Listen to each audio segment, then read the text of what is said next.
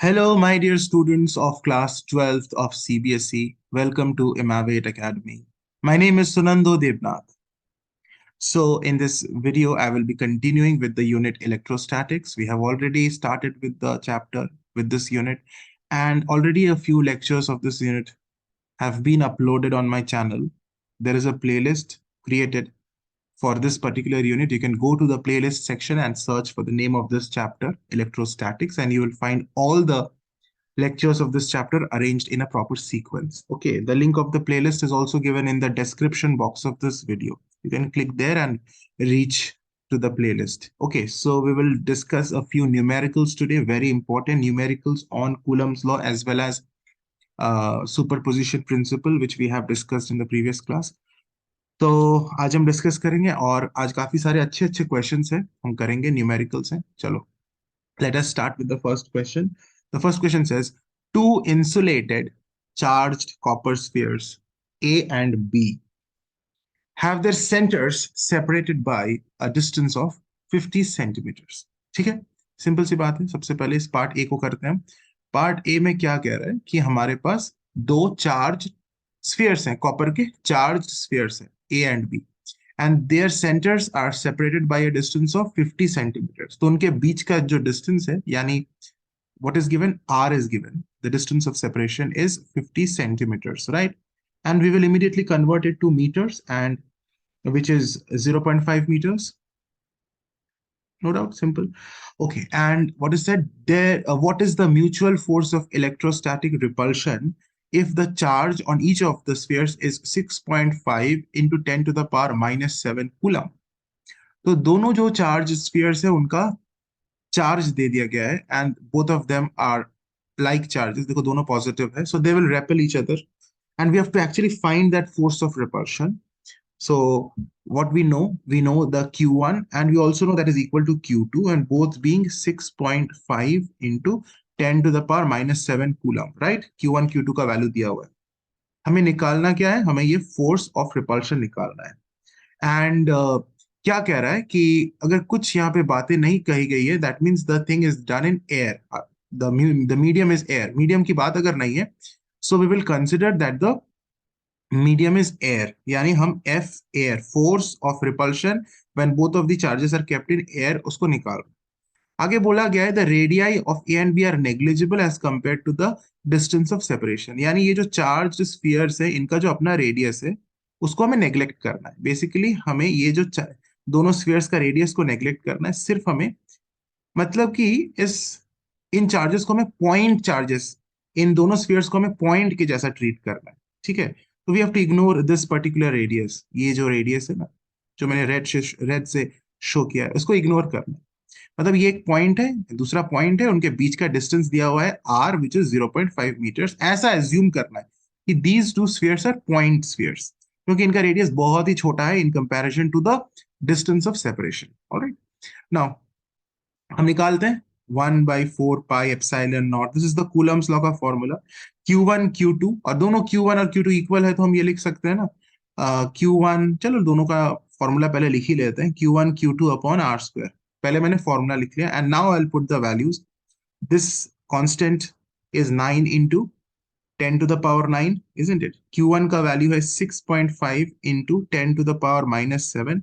Q2 का भी same value है, तो मैं इसको स्क्वायर लिख सकता हूँ, फिर से इसको ना लिखकर, दिस इंटू दिस ना लिखकर, दोनों का एक इसका स्क्वायर लिखा जा सकता है, सेम चीज है, डिवाइडेड बाय आर स्क्वायर, और आर इज 0.5, इसका हमारा स्क्वायर हो गया. Simple. So when you solve this, okay, इसको सॉल्व कैसे करेंगे चिल्ड्रन? हम क्या करते हैं, देखो सॉल्व अब तुमको करना सीखना पड़ेगा. This is very simple. हम ना क्या करेंगे, 10 टू द पावर जो वैल्यूज है उनको हम डिस्टर्ब नहीं करेंगे.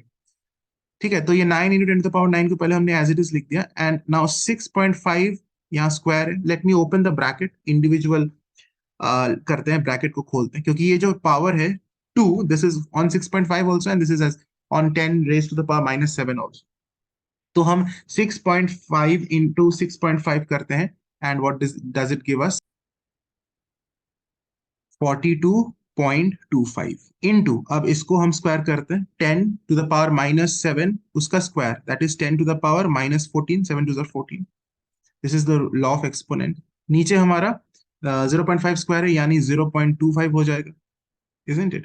अब हम क्या करेंगे, वी विल मेक इट 4225, यानी डेसिमल को हटा देंगे, we will shift the decimal after 5, जिसको हम नहीं भी लिखेंगे तो चलेगा। इनफैक्ट इसी वजह से हम कर रहे हैं कि so that we do not write the decimal. तो हमारा क्या आ जाएगा, f is equal to 9 × 10⁻⁹ into 4225, यानी हमने इस डेसिमल को 5 के बाद शिफ्ट कर दिया। That means we have shifted the decimal 2 times 2 places rightwards, बाहर की तरफ निकाला, इसलिए 2 बार बाहर की तरफ निकाला, इसलिए 10⁻⁻2 हो जाएगा, right? Isn't it? This can be written as this particular thing 4225 into 10⁻⁻2। ठीक है, हम एक सिंपल सा बिना डेसिमल का नंबर लेकर आते हैं, इससे हमारा कैलकुलेशन इजी हो जाता है। एंड देन वी हैव 10⁻⁻14, नीचे हमारा क्या है, 0.25 को भी हम लिखेंगे 25 इंटू 10⁻⁻2, बिल्कुल 2 बार हमने डेसिमल को शिफ्ट कर दिया, सेम है, इजी है। अब हम क्या करते हैं ना, सारे जो होल नंबर्स है उनको एक साथ 9 × 4225, 9 × 4225, और नीचे हमारा ये 25 है। इसके साथ साथ जो 10 टू द पावर थिंग्स है उनको एक साथ, ये जो 9 हो गया 10⁻⁹, फिर ये -2, फिर ये -14, और नीचे में ये -2 है, ये +2 हो जाएगा।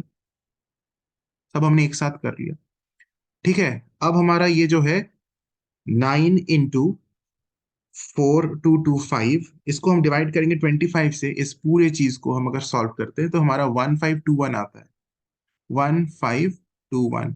और ये कितना आएगा, 9 - 2 इज 7, 7 - 14 इज -7, एंड -7 + 2 इज -5। तो हमारा ये आ गया 10⁻⁻5। इसको साइंटिफिक नोटेशन में लिखेंगे, डेसिमल को मैं 1 2 3 प्लेसेस अंदर की तरफ जंप कराऊंगा, ताकि हमारा 1.521 आ जाए। 3 प्लेसेस जंप कराया, इसलिए यहां पर क्या हो गया, 3 प्लेसेस इंक्रीज हो जाएगा। That means what will it now be, how can it we write it, 3 बार इंक्रीज होगा, तो 3 बार इंक्रीज करने से ये 10⁻⁻2 हो जाएगा।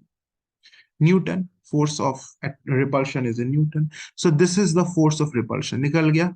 एंड देखा हमने सॉल्व कैसे किया, बहुत इजी है, थोड़ा सा केयरफुल रह के अगर हम सॉल्व करें तो बहुत इजीली सॉल्व हो जाता है, बहुत ज्यादा इजीली सॉल्व हो जाता है, राइट?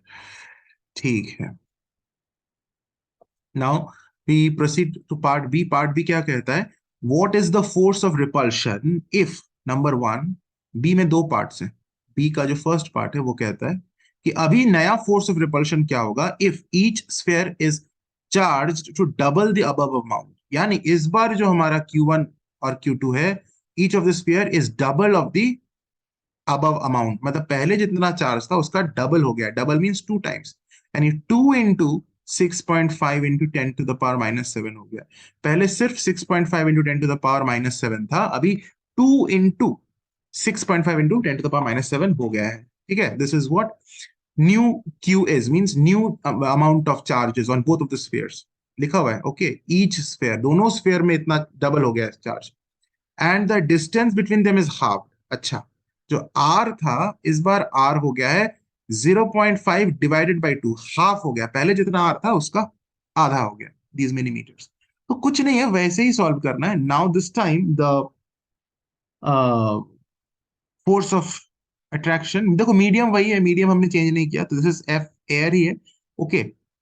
सिर्फ हमारा चार्ज और डिस्टेंस चेंज हो गया है। तो हमारा तो ये क्या हो गया, 9 × 10⁻⁹, वही कूलम्स लॉ, ये फॉर्मूला ही है।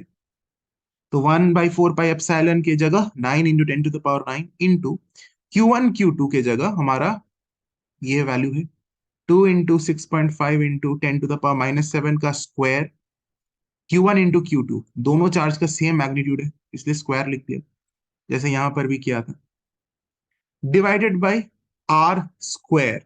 And now what is it, 0.5 divided by 2 is 0.25 metre, यानी ये हो गया 0.25 आर का स्क्वायर, राइट?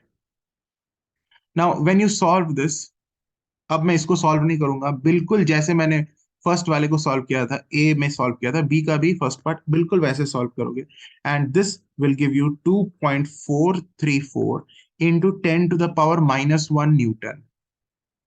सॉल्व तुम करना, करेक्टली करना, एंड ऐसा मत सोचना कि एग्जाम में डायरेक्ट सॉल्व करेंगे या बाद में सॉल्व करेंगे, दैट बाद में वाला attitude will be very dangerous. You pause the video, you now solve it, तभी तुम्हारा कॉन्फिडेंस बढ़ेगा। Obey me and see you will be benefited, and don't think कि बाद में करेंगे। This procrastination attitude is very bad. Okay, तो अभी solve करना, वीडियो पॉज करके ये आंसर आता है कि नहीं देखना। 2.434 इंटू 10⁻⁻1 न्यूटन। अच्छा, अब हम पार्ट टू करते हैं, बी का पार्ट टू। मैं इधर कर रहा हूं, इधर करता हूं। What is part two telling? What is the force of repulsion if the two spheres are placed in water? अब देखो, इस पार्ट नंबर वन का वन से कोई मतलब नहीं है। This number two is a independent question. अब क्या कह रहा है कि हमारा दोनों चार्जेस जो है Q1 और Q2 वो इक्वल है, और उनके वैल्यूज तो ऑलरेडी दिया हुआ है क्वेश्चन ए में ही। And don't think that this is कि डबल हो गया है वैल्यूज, उस ये वो एक अलग क्वेश्चन था। पार्ट नंबर वन को अब इग्नोर करो, नंबर टू को पढ़ो कि फर्स्ट ए था, ए के बाद अब डायरेक्ट नंबर टू क्या कहता है कि वही दोनों स्फीयर्स है जिनका चार्ज है हमारा 6.5 इंटू 10⁻⁻7 कूलम। ओके, ये चार्ज दिया हुआ है ना, एंड इन दोनों को अब हमने रख दिया वाटर में। देखो, आर भी वही है, R is same 0.5 meters, the distance of separation between them, but earlier it was air, the medium was air, but now the two spheres are placed in water. Same charge है, same amount of distance between them है, हमने उठाकर रख दिया उनको water में। F water मतलब force experienced by each of the charges when they are placed in water, वो हमें निकालना है। And we have been given the dielectric constant of water is 80। dielectric constant मतलब समझ रहे हो, वो K का वैल्यू। मैं थोड़ा पीछे पीछे जाता हूँ, देखो यहाँ पर मैंने डायलेक्ट्रिक कांस्टेंट बताया था ना पिछले क्लासेस में, कौन से लेक्चर में बताया था? देखो, रिलेटिव परमिटिविटी यानी dielectric constant is nothing, it is represented by E R या फिर के भी बोल सकते हो। And it is what is this, इसको ई आर या फिर के बोलते हैं। देखो हमने लिखा है F vacuum divided by F medium, vacuum या एयर बोला जा सकता है। एफ वैक्यूम या F air divided by F medium, जो हमारे इस केस में वाटर है medium, that is equal to this K. Okay, that is equal to this K, याद रखना। And the value of, we can write f, इसी को अगर हम f मीडियम को अगर हम सब्जेक्ट बनाए तो हम ऐसे लिख सकते हैं f medium is equal to f air upon K. Same equation लिख सकते हैं, f medium is equal to f air upon K means dielectric constant. f air भी हमें पता है ऑलरेडी, तो इसी फॉर्मूला को यूज करेंगे। f मीडियम, कहाँ गया क्वेश्चन? हाँ, इधर है। तो एफ मीडियम, मीडियम इस बार हमारा वाटर है, तो F medium is equal to F air upon K, है ना? ये तो हमने ऑलरेडी पढ़ा हुआ है, प्रीवियस लेक्चर्स में पढ़ा हुआ है ना, समझ में आ गया? तो वही हमें निकालना है, force experienced in water. F air हमें ऑलरेडी पता है, कितना निकाला हमने, this this is F air. यही तो है F air, force experienced when the medium is air या फिर वैक्यूम। तो कितना है? 1.521 इंटू 10⁻⁻²। नीचे हमारा के है, के का वैल्यू है 80। 80, सो इसको डिवाइड करना, one 1.521 divided by 80, and that will give you this. When you solve, it will give you, तुम करना सॉल्व, 0.019। ओके, 0.019, और यहाँ पर हमारा 10⁻⁻² है, into 10⁻⁻², but this is not in scientific notation, as the decimal should be after one non-zero digit। तो इसको हम क्या करेंगे, यहां एक बार जंप और वन के बाद एक बार jump, because we have to take the decimal after one non zero digit. तो 1.9 इंटू 10⁻⁻, देखो दो बार हमने बाहर की तरफ जंप कराया, यानी दो बार ये डिक्रीज हो जाएगा। तो -2 का, -2 से दो बार डिक्रीज करेंगे, एक बार डिक्रीज करेंगे तो -3, फिर से एक बार डिक्रीज करेंगे तो -4, यानी 10⁻⁻⁴ Newton. This is the answer. This is the force experienced by both of the charges, each of the charges when placed in water, 1.9 into 10⁻⁻⁴ Newton. तो हमने कौन सा फॉर्मूला यूज किया, देखा तुमने? डाइलेक्ट्रिक कांस्टेंट वाला फॉर्मूला, ये वाला फॉर्मूला हमने यूज किया, ठीक है, जो हमने पढ़ लिया था ऑलरेडी। यहाँ पर देखो, ये फॉर्मूला जो हमने लेक्चर कोई प्रीवियस लेक्चर में किया था, मुझे याद नहीं है कौन सा लेक्चर 2 था या लेक्चर 3 था, तुम देख लेना, जिसमें हमने ये पढ़ा था, ये फॉर्मूला, दैट के is nothing but F vacuum, vacuum बोलो चाहे एयर बोलो, उससे कुछ फर्क नहीं पड़ता, वैक्यूम भी होगा या फिर एयर भी होगा, दोनों चलेगा, डिवाइडेड बाई एफ मीडियम, है ना, हमारा इस केस में मीडियम था वाटर, तो इसलिए हमने यहाँ एफ मीडियम की जगह एफ वाटर लिखा और उसको सब्जेक्ट बनाया, तो एफ एयर अपॉन के आ गया, एंड इसी फॉर्मूला का यूज हमने किया इस न्यूमेरिकल में। क्लियर है? चलो, ये क्वेश्चन हो गया, नेक्स्ट क्वेश्चन में चलते हैं। This question came in CBSE board examination in 2005. काफी इंपॉर्टेंट क्वेश्चन है, वेरी इंपॉर्टेंट क्वेश्चन। इसमें तुम्हें वेक्टर्स का नॉलेज होना चाहिए जो क्लास 11th में पढ़े हो। क्लास 11th का वेक्टर्स का भरपूर नॉलेज होना चाहिए, and vector is a very important chapter of your class 11। Okay, now let us see how beautiful this question is and how conceptual the question is.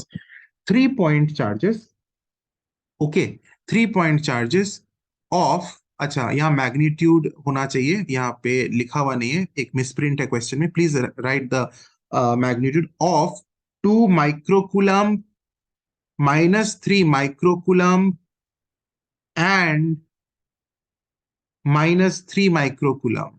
Okay, तो ये तीन जो point charges है उनका मैग्नीट्यूड क्वेश्चन में दिया हुआ है, यहाँ पर कट गया होगा, ये जब स्लाइड बन रहा था तो इमेज में यहाँ कट गया होगा, what ever it is. So you insert the charges. These values of charges are given in the question. Okay. So now the question is 3 point charges of 2 microcoulomb, comma -3 microcoulomb and -3 microcoulomb. मतलब ये 3 point charges हैं. They're kept at the vertices A, B, C respectively of an equilateral triangle of side 20 centimeter as shown in the figure. Okay, figure नहीं बना हुआ है तो कोई बात नहीं, हम बना लेते हैं फिगर, क्योंकि फिगर एक्चुअली क्वेश्चन में बना हुआ है बट यहाँ पर हमारे स्लाइड में नहीं है, लेकिन ये फिगर इतना सिंपल है कि हम क्वेश्चन को पढ़कर हम बना सकते हैं खुद भी। तो there is an equilateral triangle, नाम है A B C, right, A B C.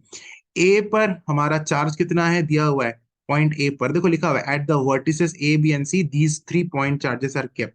A पर है हमारा 2 माइक्रोकुलम प्लस 2 माइक्रोकुलम, ओके, कोई डाउट नहीं है। और बी पर है -3 माइक्रोकुलम और सी पर है -3 माइक्रोकुलम, कोई डाउट नहीं है, बड़ा सिंपल है।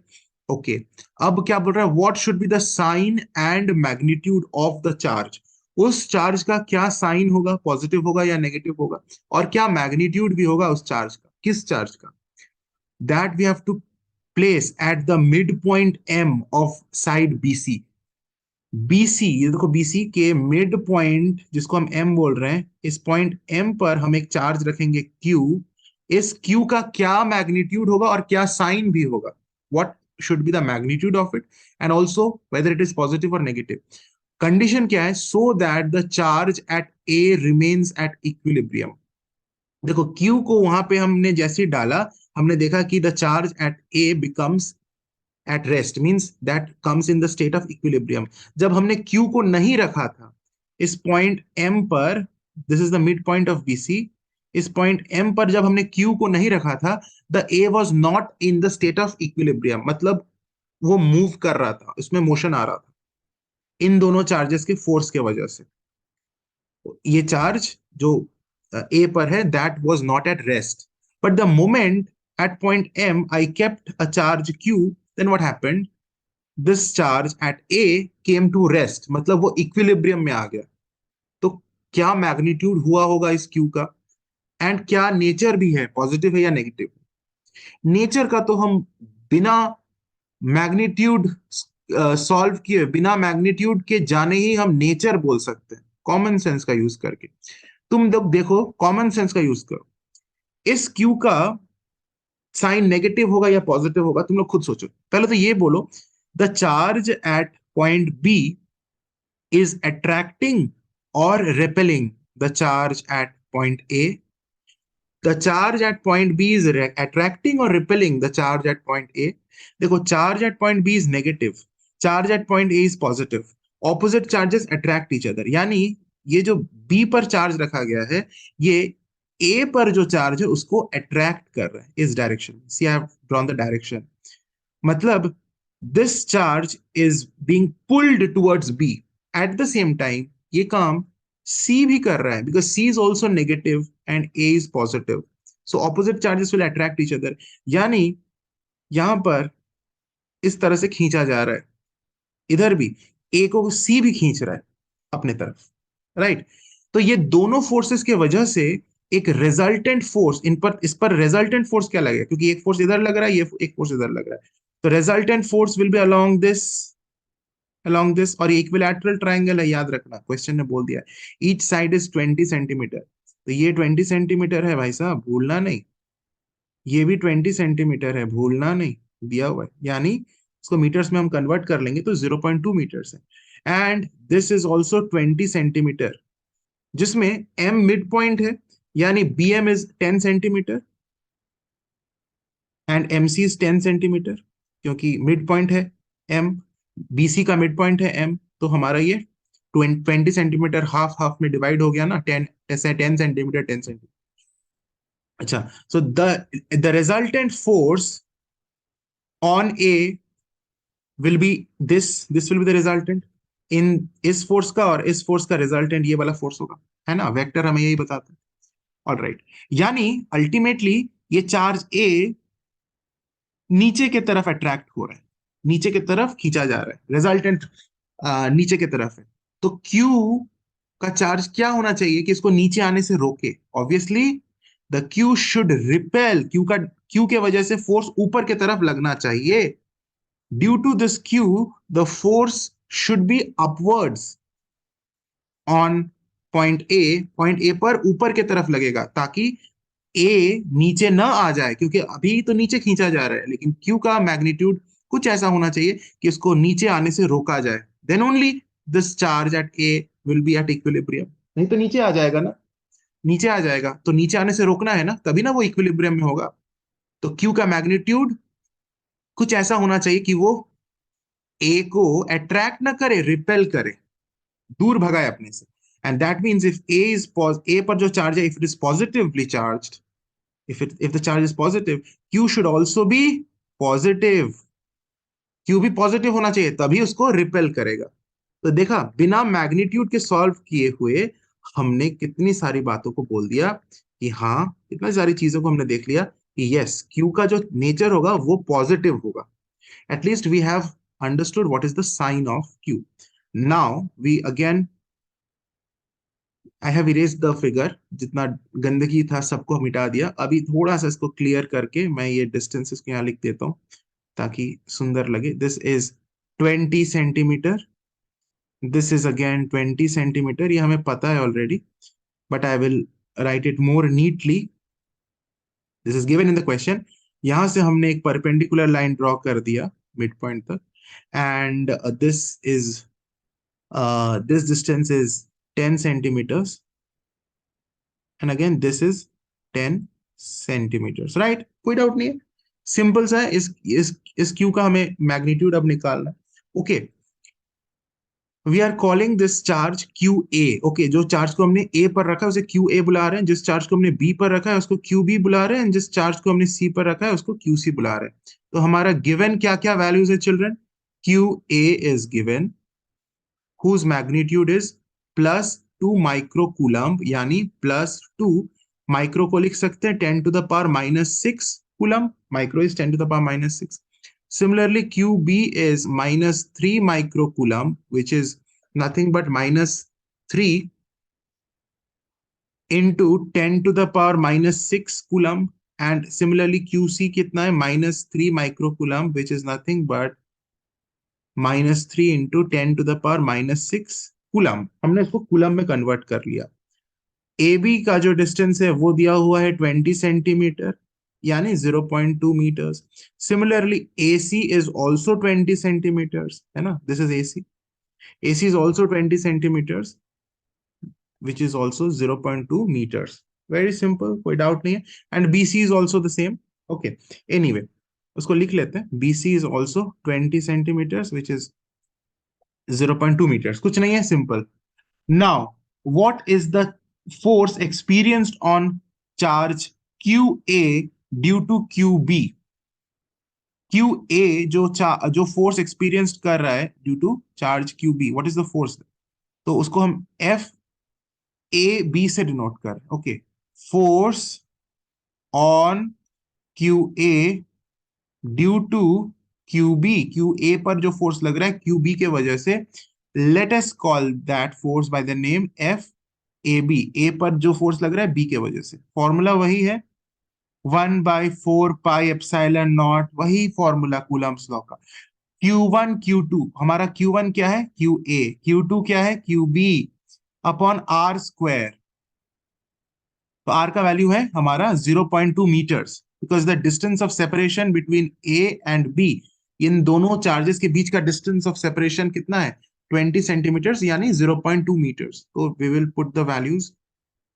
इसका वैल्यू होता है 9 × 10⁻⁹। क्यू ए का वैल्यू है 2 × 10⁻⁻6। एंड क्यू बी का वैल्यू है, see we have to ignore the sign, हमें मैग्नीट्यूड से सिर्फ मतलब है, ये प्लस माइनस से हमें कोई मतलब नहीं है। कूलम्स लॉ जब मैं पढ़ाया था तब मैं बताया था that it is a product of the magnitude of the charges. Q B is 3 × 10⁻⁻6। We have not written this minus sign, okay. We will ignore the minus sign in Q B. अच्छा, नीचे हमारा क्या है? Are square. Are हमारा क्या है children? 0.2 metres, okay. ये हो गया। इसको सॉल्व करेंगे तो एफ ए बी का जो वैल्यू आएगा, इसको सॉल्व करने से तुम लोग करना 1.35 न्यूटन आएगा, आना ही चाहिए। करेक्टली सॉल्व करोगे तो 1.35 न्यूटन आएगा। And this direction will be along, along what? ये जो फोर्स लग रहा है ए के ऊपर बी के द्वारा, उसका फोर्स इस डायरेक्शन में होगा, क्योंकि इसे अट्रैक्ट किया जा रहा है। Q A is being attracted by Q B, तो force on Q A due to Q B is along A B. Along B A मत लिखना, अलोंग ए बी लिखना। ए बी मतलब ए से B, from A to B, this is the direction of the force, not from B to A. B A will be wrong, A B, along A B, A से B, this is the direction of the force, okay. Similarly हम अगर निकालें force on Q A due to Q C, यानी Q A पर जो force लग रहा है क्यू सी के वजह से, so that is F A C, and that is 1/4 pi epsilon naught Q A Q C upon R square. सारे वैल्यूज सेम है। वन, ये तो 9 × 10⁻⁹ हो गया। क्यू ए का वैल्यू वही 2 × 10⁻⁻⁶।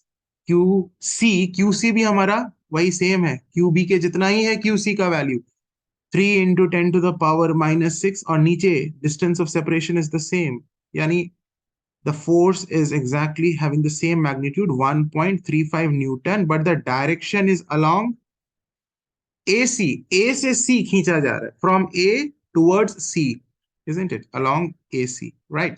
Clear? अब हम इन दोनों के बीच में कितना एंगल है? What is this angle?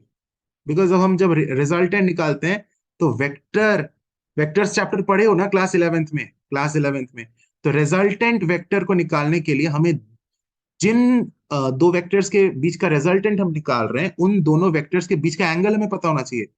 हम ये जो वेक्टर है F A B vector, and ये जो वेक्टर है एफ ए सी वेक्टर, ये दोनों फोर्सेस बेसिकली, इनके बीच का जो रिजल्टेंट फोर्स है यानी रिजल्टेंट वेक्टर है, जिसको हम भले बोल रहे हैं एफ वेक्टर, ये हम निकाल रहे हैं।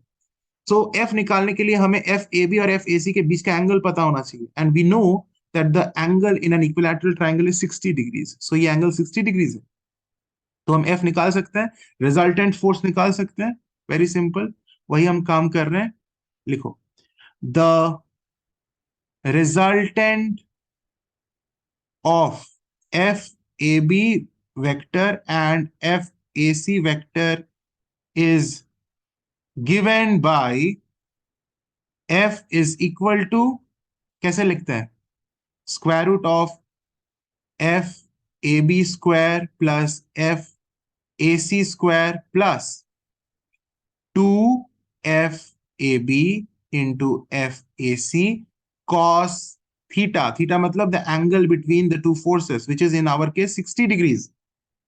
ये फॉर्मूला समझ रहे हो ना? अगर हमारे पास एक ए वेक्टर है, हमारे पास एक बी वेक्टर है, और इन दोनों के बीच में एंगल है थीटा डिग्रीज, तो इसके बीच का जो रिजल्टेंट होगा, मान लेते हैं वो रिजल्टेंट सी वेक्टर है, तो सी का जो मैग्नीट्यूड होगा that is nothing but square root of A, square root of A square plus B square plus 2ab cos theta.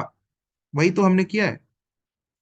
Resultant को इंडिविजुअल वेक्टर्स, इंडिविजुअल जो फोर्सेस है उसका स्क्वायर का सम प्लस, और क्या क्या सम किया, 2 into that force, again that force, okay, into the cos theta, cos of that angle between the two forces, the same formula, okay, class 11th का formula, कुछ नया फॉर्मूला नहीं है, क्लास 11th वेक्टर का फॉर्मूला। इसको अब हम यहाँ पुट करेंगे F A B square, F A B का वैल्यू हमने निकाल लिया है 1.35, उसका स्क्वायर। एफ ए सी भी हमने निकाल लिया है, वो भी 1.35 न्यूटन ही था, plus 2 into FAB, which is 1.35. Again, FAC is 1.35. And cos 60 is 0.5. Half होता है ना cos 60, 1/2। इसको पूरा सॉल्व करोगे, दिस इज मैथ्स, यहाँ कुछ फिजिक्स नहीं है, हलवा है। क्लास 8 का बच्चा, क्लास 7 का बच्चा भी इसको सॉल्व कर देगा, सिंपल है, कुछ नहीं है। And if you have to, and if you don't know how to solve this, then you have to practise this, because ये तो क्लास 8 लेवल का एक मैथमेटिकल एक्सप्रेशन, कोई भी सॉल्व कर देगा, क्लास 8 का बच्चा, सिंपल। और इसको सॉल्व करने से आएगा 2.34 न्यूटन, फोर्स है तो न्यूटन में होगा। और इसका डायरेक्शन क्या होगा, अलोंग, देखो पीछे, देखो फिगर में, ये इस डायरेक्शन में, यानी ए एम, ए से M, resultant would be along A M. Okay, simple. तो अभी हमें ये तो समझ में आ गया कि इस एफ का मैग्नीट्यूड क्या है, डायरेक्शन क्या है, लेकिन हमें क्यू का, इस क्यू का हमें निकालना है मैग्नीट्यूड। यानी क्यू जो फोर्स लगाएगा ए के ऊपर, यानी the force experienced by the charge Q A due to Q will be exactly equal in magnitude as that of this f, this force, this F force का जो मैग्नीट्यूड होगा, और अभी जो फोर्स इस क्यू के द्वारा लगेगा क्यू ए के ऊपर, they should be equal. Only then ये दोनों फोर्सेस एक दूसरे के इफेक्ट को कैंसल आउट करेंगे, एंड ये क्यू ए इक्विलिब्रियम में होगा। Are you getting my point? Q A equilibrium में है, इस पर फोर्स लग रहा है एफ वेक्टर, रिजल्टेंट जो हमने कैलकुलेट किया, इस इसको काउंटर बैलेंस करना है, इसको बैलेंस करने के लिए एक फोर्स ऊपर की तरफ लगना चाहिए। वो फोर्स कौन लगा रहा है, वो फोर्स ये क्यू लगा रहा है, क्यू के द्वारा लगाया गया force on Q A. So we have to calculate this, and basically this force and this force should be equal. तो वही चीज हम, वही कॉन्सेप्ट को हम यहाँ यूज करेंगे। Okay, and let us call force the force experienced by QA due to Q is given by, उस सिंबल को हम बोल रहे हैं एफ ए एम। एम इसलिए बोल रहे हैं क्योंकि क्यू एम पॉइंट पर है, ओके, एंड क्यू ए पर है, क्यू ए पॉइंट ए पर है, इसलिए क्यू ए के लिए ए, एंड पॉइंट एम हमने लिख दिया फॉर चार्ज क्यू, इसलिए the force experienced at point A due to the charge at M, Q F A M लिख दिया उसको, बस सिंबल है, कुछ फर्क नहीं पड़ता, कोई भी सिंबल यूज करे, कोई भी सिंबल यूज कर सकते हैं, F A M. Now this force is nothing but this value, magnitude wise तो दोनों का सेम होगा, यही मैंने अभी बताया, 2.34 न्यूटन। और F A M Coulomb's law से क्या हो गया, 1.4 pi epsilon naught Q A into Q, क्योंकि हमारे दो चार्जेस कौन से, एक है क्यू ए, दूसरा चार्ज क्यू, एक है ये क्यू ए और दूसरा क्यू, इनके बीच का फोर्स हम निकाल रहे हैं। एंड आर, ये आर क्या है, what is this R, A M, A M का स्क्वायर, तो ए एम हमें निकालना है पहले, ओके, हम निकाल लेंगे उसको। ए एम ज्योमेट्री है, सिंपल पाइथागोरस थ्योरम से निकालेंगे।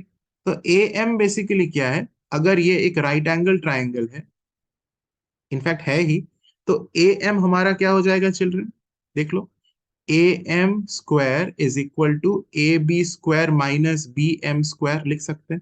यानी A M is square root of A B square minus B M square, right. तो हम ये लिख सकते हैं यहां पर क्या, A M is square root of 20 square minus 10 square, वही इसमें मैं वैल्यूज पुट कर दिया, ए बी के जगह 20, बी एम के जगह 10। तो ये हमारा सॉल्व करने पर आ जाएगा, कितना आएगा, two two four zero zero, 400 minus 100 यानी 300, 300 का स्क्वायर, यानी इसको हम लिख सकते हैं 3 × 100 का square root, not square, square root. 100 का तो बाहर निकल गया, 10 हो गया, 10√3 centimetres. Don't forget that these units 20 and 10 were in centimetres. तो हमारा फाइनल जो ए एम आया वो सेंटीमीटर्स में। इसको हम मीटर्स में कन्वर्ट कर लेंगे तो 0.1 इंटू √3 मीटर्स हो गया। ऑलराइट, कुछ नहीं है, सिंपल है। हमने इसको मीटर में कन्वर्ट कर लिया, अब हम इसको यहाँ पे पुट कर देंगे, तो 1 बाई इसमें पुट कर दें, राइट। 1/4 पाई, देखो बोर्ड का क्वेश्चन है, 1/4 pi epsilon naught Q A के प्लेस पर हम लिखेंगे 2 × 10⁻⁶। This value is given, Q का वैल्यू हमें निकालना है, क्यू का magnitude, A M is nothing but 0.1 into √3 और इसका स्क्वायर हो गया, ए एम स्क्वायर है फॉर्मूला में, इज इक्वल टू 2.34। इनफैक्ट इसके जगह पर हम 9 × 10⁻⁹ लिख लेते, हो गया। कैलकुलेशंस थोड़े बड़े बड़े होते हैं क्लास 12th में, लेकिन डरना उनसे बिल्कुल भी नहीं है। अल्टीमेटली क्या आ गया, 9 × 10⁻⁹ इंटू 2 × 10⁻⁻⁶ इंटू क्यू, नीचे जो है 0.1 का स्क्वायर, यानी ये हो गया 0.01 इंटू √3 का स्क्वायर, स्क्वायर रूट ऑफ 3 का स्क्वायर, तो ये हो गया 3 इज इक्वल टू 2.34। तो Q is equal to 2.34 into 0.03, इसको एक साथ मल्टीप्लाई करते हैं, 0.03 डिवाइडेड बाई 9 × 10⁻⁹ इंटू 2 × 10⁻⁻⁶। तो धीरे धीरे छोटा हो रहा है हमारा एक्सप्रेशन, छोटा हो रहा है हमारा एक्सप्रेशन। 2.34 इंटू 3 × 10⁻⁻², इसको लिख सकते हैं 3 × 10⁻⁻² डिवाइडेड बाई 9 × 10⁻⁹ इंटू 2 × 10⁻⁻6। अब क्या करो, जो भी हमारे नंबर्स वाले हैं, इनफैक्ट इसको भी ऐसे लिख लो 234, इनफैक्ट ऊपर वाले स्टेप में ही लिख लो, 2.34 को बेटर होगा लिखो 234 इंटू 10⁻⁻² लिख लो। तो 234 जो नंबर है, फिर हमारा जो नंबर है 3, नीचे हमारा 9 है और एक 2 है, इनको एक साथ लिख दो। और जो 10 थिंग्स है उनको एक साथ, जैसे 10⁻⁻², फिर ये -2, नीचे में एक 9 है तो वो -9 हो गया, और नीचे एक -6 है तो वो +6 हो गया। बस, अब क्या, अब हमें कौन रोक सकता है। अब इसको सॉल्व करो, 234 इंटू 3, एंड नीचे हमारा 9 2 18 है, तो इसको नीचे डिवाइड करेंगे 18 से, तो ये 39 आ जाएगा। This entire thing is 39, 39 into 10⁻, अब इसको सॉल्व करो, -2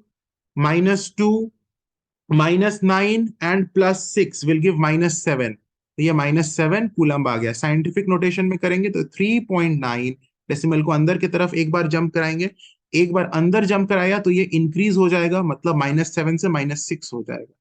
So this is the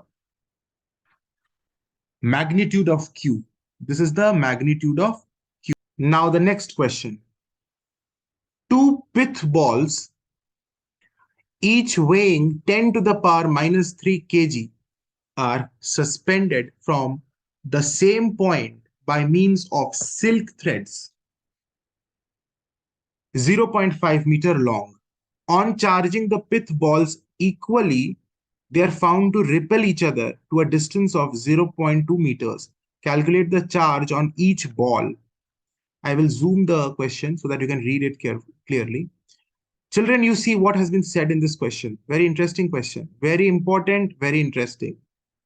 यहां बोल रहा है कि हमारे पास दो पिथ बॉल्स है, एंड हर एक बॉल का जो वेट है उस, या फिर मास है, बिकॉज इट इज केजी ना, तो मास है, वो लिखा जाता है, वेइंग होता है मास।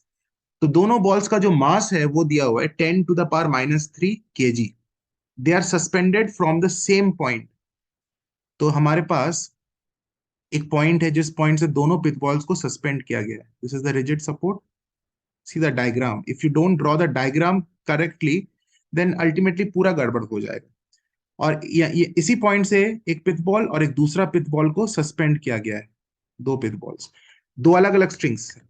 And when both of the strings are charged equally they are found to repel each other। Repel तभी करेगा जब हम दोनों को सेम नेचर ऑफ चार्ज से चार्ज करेंगे, यानी इसमें भी अगर पॉजिटिव तो दूसरे वाला भी पॉजिटिव है, या अगर एक नेगेटिव है दूसरा वाला भी नेगेटिवली चार्ज है। तो हमने कुछ ऐसा दोनों बॉल्स को चार्ज किया, तो ये बॉल और ये बॉल एक दूसरे को रिपेल कर रहा है। Now this is the position, दोनों एक दूसरे को रिपेल किया हुआ है, right? And they have repelled each other to a distance of 0.2 meters. Means now the distance between them, this distance, the distance of separation between the two charged pith balls is 0.2 meters, right? Very simple. If I draw a perpendicular line here, okay, if I draw a perpendicular, let me join these lines with a, you know, like and make a triangle. Okay, so यहाँ पर basically ये जो distance है इसका नाम दे दिया ए, इसका नाम दे देते हैं बी, इसका नाम दे देते हैं एस, एंड ये जो मिड पॉइंट है ना, इसका यहां से हम एक ज्वाइन कर देते हैं, इस मिड पॉइंट का नाम दे देते हैं ओ, राइट? तो हमें क्वेश्चन में क्या बोला गया है, द डिस्टेंस ऑफ सेपरेशन, मतलब ए बी का जो डिस्टेंस है वो 0.2 मीटर्स है। This means what, AO is 0.1 meter and again OB is 0.1 meter, isn't it? Because O is the midpoint on AB. That is why it is a 90-degree over here. Okay, so we have got a right angle triangle SAO as well as SBO. Now, you have to think for the number of forces which are experienced on pith ball A. Pith ball A अभी equilibrium में है, pith ball B भी equilibrium में। तो हम किसी एक pith ball को देखते हैं, and pith ball A is in the state of equilibrium, क्योंकि अभी ये मूव नहीं कर रहा है, दोनों एक दूसरे को रिपेल करके, ये भी रेस्ट के पोजीशन पर है, ये भी रेस्ट के पोजीशन पर है, both of the balls are in the state of equilibrium. Equilibrium की स्थिति पर होने पर अभी इन पर क्या फोर्सेस लग रहे हैं, what are the forces that are exerted on pith ball A, we are trying to examine them. ठीक है, तो एक यहां पर मैंने ए लिख दिया छोटा सा। तो एक जो पिथ बॉल है, एक एक जो फोर्स लग रहा है पिथ बॉल ए पर, that is obviously the weight of the pith ball mg। देखो हम फ्री बॉडी डायग्राम कर रहे हैं ए पर, तो पिथ बॉल ए पर एक फोर्स लग रहा है, इसका weight mg, vertically downwards mg। दूसरा जो फोर्स लग रहा है, फोर्स ऑफ रिपल्शन कुछ इस डायरेक्शन में, the force exerted by pith ball B on pith ball A, that is this force f। Okay, it is along this direction. And तीसरा एक फोर्स है, the force of tension, don't forget that, इस string में एक tension force act हो रहा है। Okay, no doubt. If I consider this angle as theta, तो फिर इस टेंशन को हम इसके दो अलग अलग कंपोनेंट्स में रिजॉल्व करते हैं। Okay, the vertical component of tension is along this, vectors का नॉलेज होना चाहिए, टी, एंड इस कंपोनेंट को हम बोल सकते हैं टी, क्या बोलेंगे, the vertical component of this T, the vertical component of this t is what, obviously बोलेंगे इसको t sin थीटा, और जिस साइड में थीटा है वहां का जो कंपोनेंट है हॉरिजॉन्टल कंपोनेंट ऑफ t, यानी I'm talking about this horizontal component of t, are you getting my point? थोड़ा सा मोटा करके दिखा दो, the horizontal component of t, yes, this one, that is what, t cos theta, this is t cos theta, जगह ही नहीं है, कहाँ लिखूं, छोटा छोटा, t cos थीटा दिख रहा है? ओके, नाउ ये फिगर को ध्यान से देखो, तुम्हें इसका सारा इसका पोस्टमार्टम हो जाएगा। This t sin theta and this mg, they are equal, क्योंकि इक्विलिब्रियम में है, तो जो नीचे की तरफ जो फोर्स लग रहा है, ऊपर की तरफ जो फोर्स लग रहा है, दोनों इक्वल होगा मैग्नीट्यूड के टर्म्स में। यानी we can now say t sin theta is equal to mg, isn't it? Equal है, तो t को हम क्या बोल सकते हैं, mg divided by sine theta, यानी mg into 1 by sine theta. इस साइन थीटा को उधर भेज दिया तो mg बाई साइन थीटा हो गया, कुछ नहीं है, simple.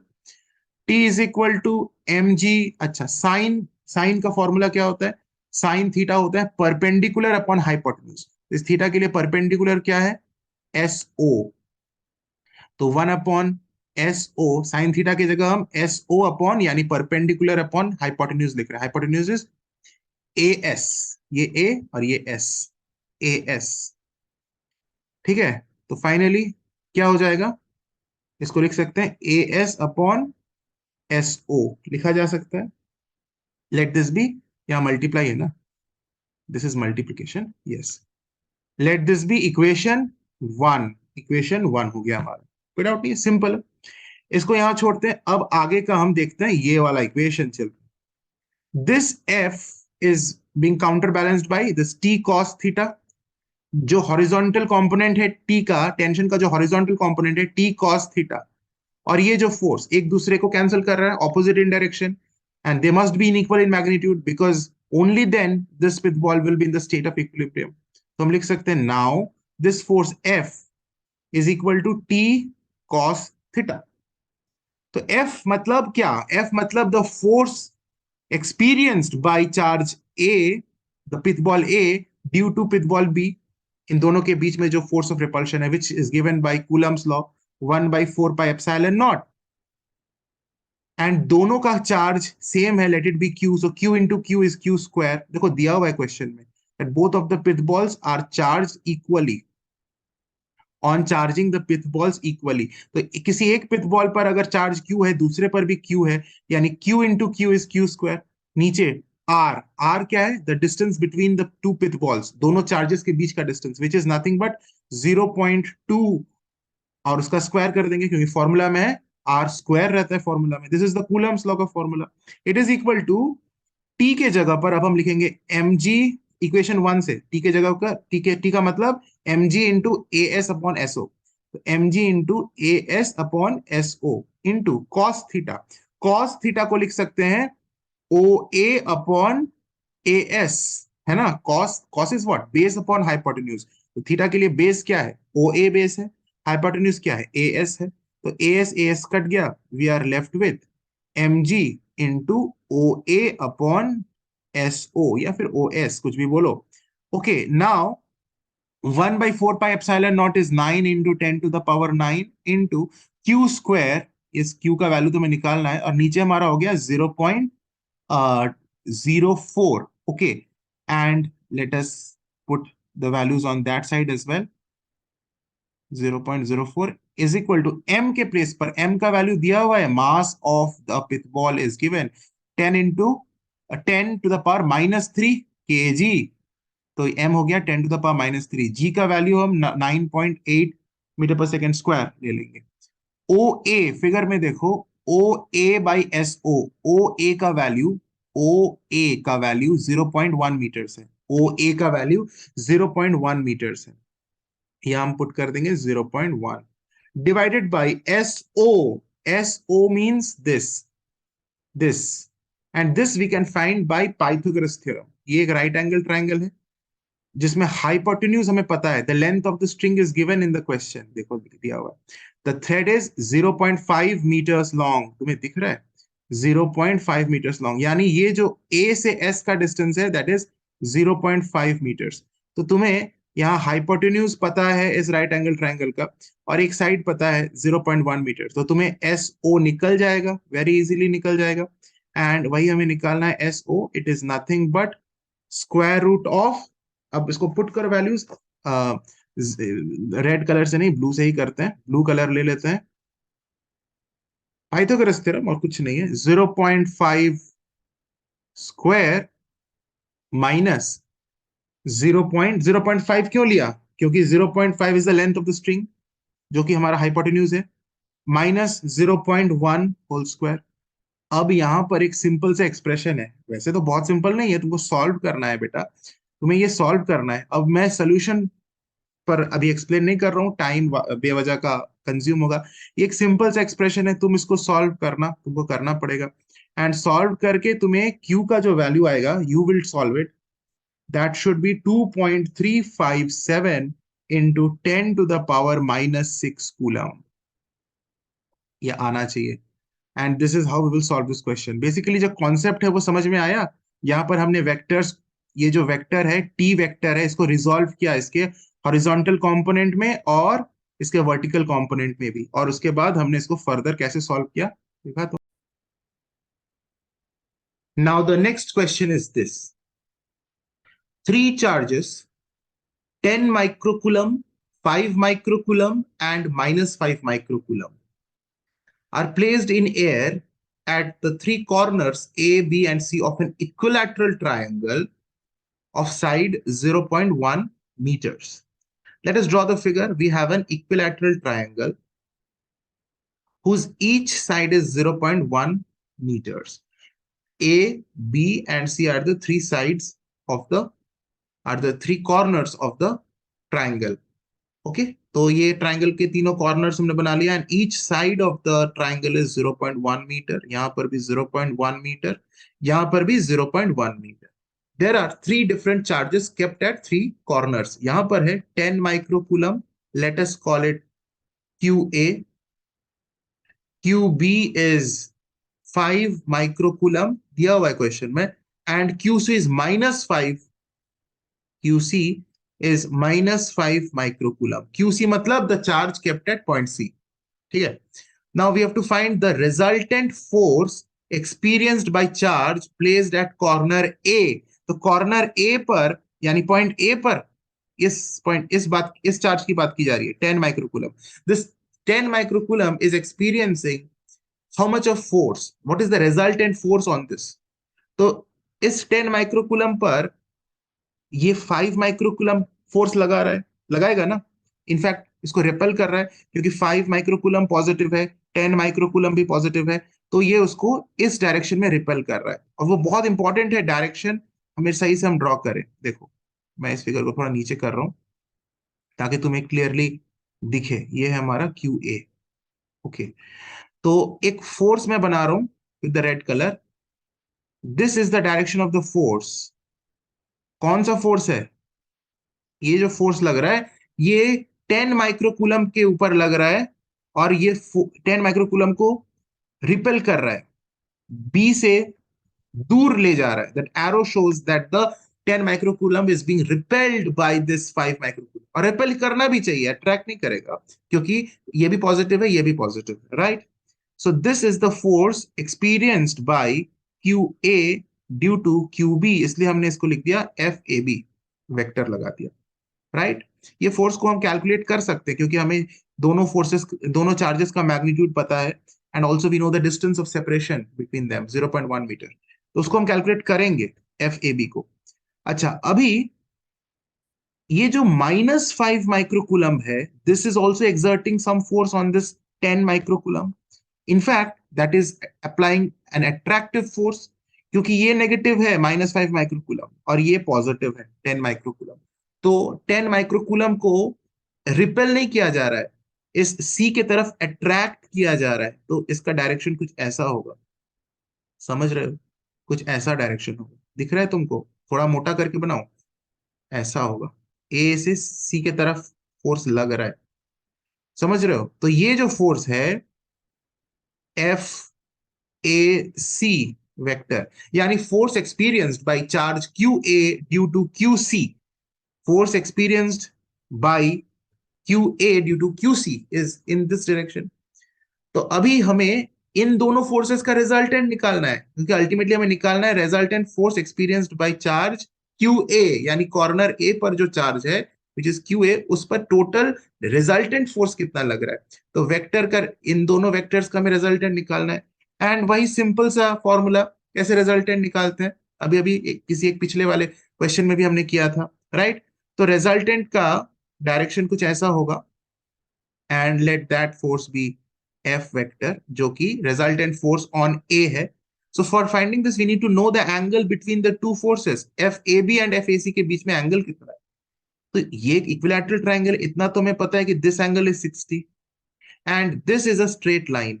This line is a straight line. Are you getting my point? Which line I'm talking about? This line is a straight line. Straight line का पूरा एंगल 180 होता है, तो 180 में अगर ये 60 है तो remaining angle will be 120 degrees. 180 minus 60 120 degrees.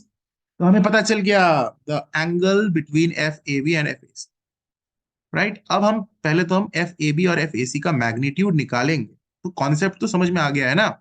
Now F A B यानी force on Q A due to Q B which is known as F A B, इसका हम मैग्नीट्यूड निकाल रहे हैं, इसलिए वेक्टर का साइन ऊपर में नहीं देंगे। और अगर वेक्टर लिखते हैं तो हमें यहाँ मॉड लगाना पड़ेगा, क्योंकि हम सिर्फ मैग्नीट्यूड निकाल रहे हैं कूलम्स लॉ से। तो 9 into 10 to the power 9, this is the value of 1 by 4 pi epsilon into QA. QA is 10 microcoulomb, तो 10 into 10 to the power minus 6 coulomb, micro मतलब 10 to the power minus 6, into दूसरा हमारा QB क्या है 5 microcoulomb, तो 5 into 10 to the power minus 6 divided by R square, R मतलब 0.1 का square. आ गया। इसको सॉल्व करना पड़ेगा, अभी आया नहीं है लेकिन ये आ जाएगा। And once when you solve this, this will be 45 newton and this will be repulsive force. तुम्हें ब्रैकेट में रिपल्सिव लिखना है, रिपल्सिव, कोई डाउट नहीं है। अब हम निकालेंगे force on, this is what F A B, हमने एफ ए बी का मैग्नीट्यूड निकाल दिया। अब force on Q A due to Q C, let that be F A C, vector लगाया तो मॉड लगाना पड़ेगा, इज इक्वल टू वही 1/4 pi epsilon naught whose value is 9 into 10 to the power 9 into 10 microcoulomb, so 10 into 10 to the power minus 6 into, इस बार QC है -5, लेकिन minus से हमें कोई मतलब नहीं है, मैग्नीट्यूड से कोई मतलब नहीं। तो देखो सेम एक्सप्रेशन आ गया, सारे वैल्यूज सेम है। Distance of separation is also 0.1 metre.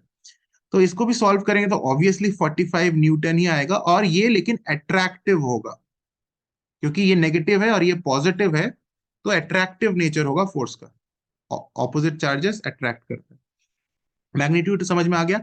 अब रिजल्टेंट निकालेंगे, यहां कर रहा हूं, हाँ अब इधर कर रहा हूं। Resultant force on Q A which is what, यहां लिख रहा हूं विच इज, मान लो डिनोटेड बाई एफ, तो which is given by square root of, वही सेम फॉर्मूला थोड़ी देर पहले हमने यूज किया था, एफ ए बी का square plus F A C का square plus 2 F A B into F A C cos theta, हमारा थीटा 120 डिग्रीज है।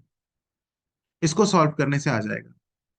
ए बी का वैल्यू है 45, तो 45 स्क्वायर, ए सी का भी, एफ ए सी का भी वैल्यू है 45 न्यूटन, तो 45 square plus 2 F A B is 2 into 45 into F A C again 45 into cos 120, simple maths, cos 120 को लिख सकते हो 180 minus 60, and cos 180 minus theta कितना होता है, कॉस 180 माइनस थीटा होता है, बताओ बताओ बताओ, minus sine theta, minus sine theta, यानी this is minus sine 60 degree, और 60 डिग्रीज होता है साइन में, साइन 60 डिग्री इज 0.5, तो minus sine 60 degree will be minus 0.5, तो this is minus 0.5, cos 120 is minus 0.5.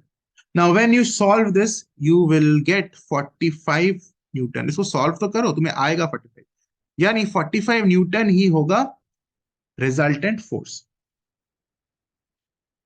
Okay, and this will act along BC, parallel to BC। Okay, along parallel to BC, है ना, समझ में आ रहा है। BC जो है उसके पैरेलल ये एक्ट करेगा, पैरेलल एक्ट करेगा, समझ में आ रहा है। ये लाइन और ये लाइन पैरेलल है, इसलिए हमने लिख दिया along parallel to BC। Very simple question, कुछ है नहीं इसमें, बहुत इजी है। देखो, देखने से लगते हैं हार्ड लेकिन होते बहुत इजी है। थोड़ा सा फिगर अगर हम करेक्टली बनाए, इसको थोड़ा सा इन्वेस्टिगेट करें, तो बहुत इजीली बन जाता है। आज हम लोग इतना करते हैं, and then again in the next lecture I will come up with more questions. God bless you. Take care.